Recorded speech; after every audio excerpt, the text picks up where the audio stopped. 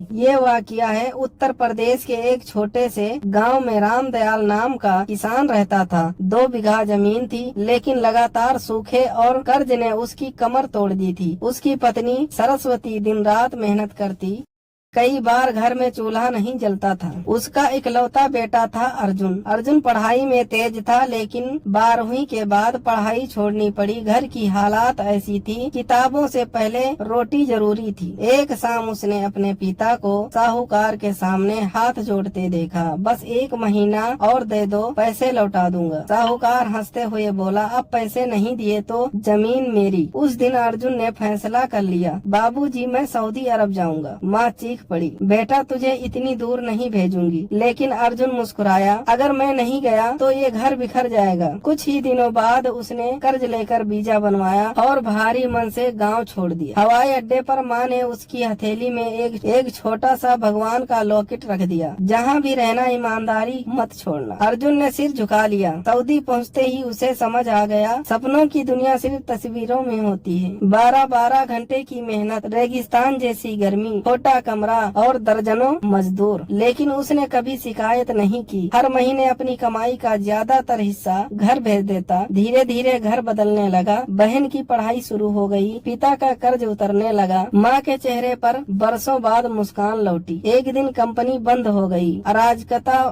अर्जुन का passport company के पास था, फोन टूट गया, बैंक का कार्ड भी हो गया। वो न घर फोन कर सकता था, न वापस लौट सकता था।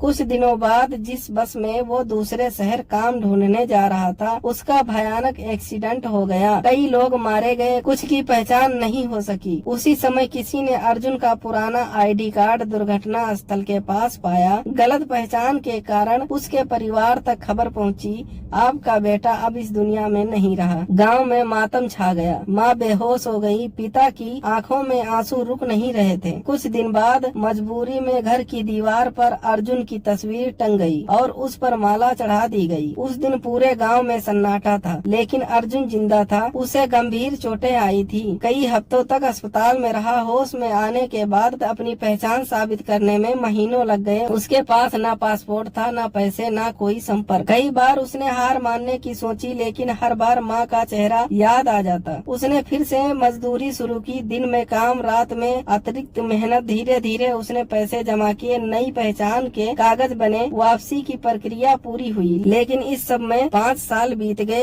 एक सुबह वो अपने गांव की बस से उतरा। सड़क वही थी, पीपल का पेड़ वही था, लेकिन लोग उसे पहचान नहीं पा रहे थे। उसके चेहरे पर दाढ़ी थी, धूप ने रंग बदल दिया था। वो धीरे धीरे अपने घर पहुंचा। दरवाजा खुला था, अंदर कदम रखते ही उसकी नजर दीवार पर गई। उसकी अपनी तस्वीर, उस पर सूखी हुई फूलों की माला और नीचे जलता हुआ छोटा सा दिया। अर्जुन की सांस रुक गई, उसकी आंखों से आंसू अपने आप बह निकले। इतने में माँ बाहर आई। पहले तो उसने उसे अजनबी समझा, फिर उसकी आवाज सुनी, अम्मा। बस इतना सुनते ही माँ के हाथों से पानी का लोटा गिर गया। वो दौड़कर अर्जुन से लिपट गई, मेरा बेटा तू जिंदा है। घर में चीख नहीं, सिर्फ रोने की आवाज थी। पिता बाहर आए, उनके कांपते हाथ अर्जुन के चेहरे को छू रहे थे। उन्हें यकीन नहीं हो रहा था कि जिसे 5 साल पहले खो दिया था, वो आज उनके सामने खड़ा है। पूरा गाँव इकट्ठा हो गया। जिस तस्वीर पर माला चढ़ी, उसी तस्वीर से माला उतारकर माँ ने अर्जुन के गले में डाल दी। उस पल शायद ही कोई ऐसा था जिसकी आंखें नम न हुई हों। कुछ महीनों बाद अर्जुन ने फिर विदेश जाने से इनकार कर दिया। उसने अपनी बचत से गांव में एक छोटा डेयरी फार्म शुरू किया। धीरे धीरे दूसरे लोगों को काम देने लगा। फिर उसने अपने पिता के नाम पर एक निःशुल्क अस्पताल बनवाया और अपनी माँ के नाम गरीब और बेटियों की पढ़ाई के लिए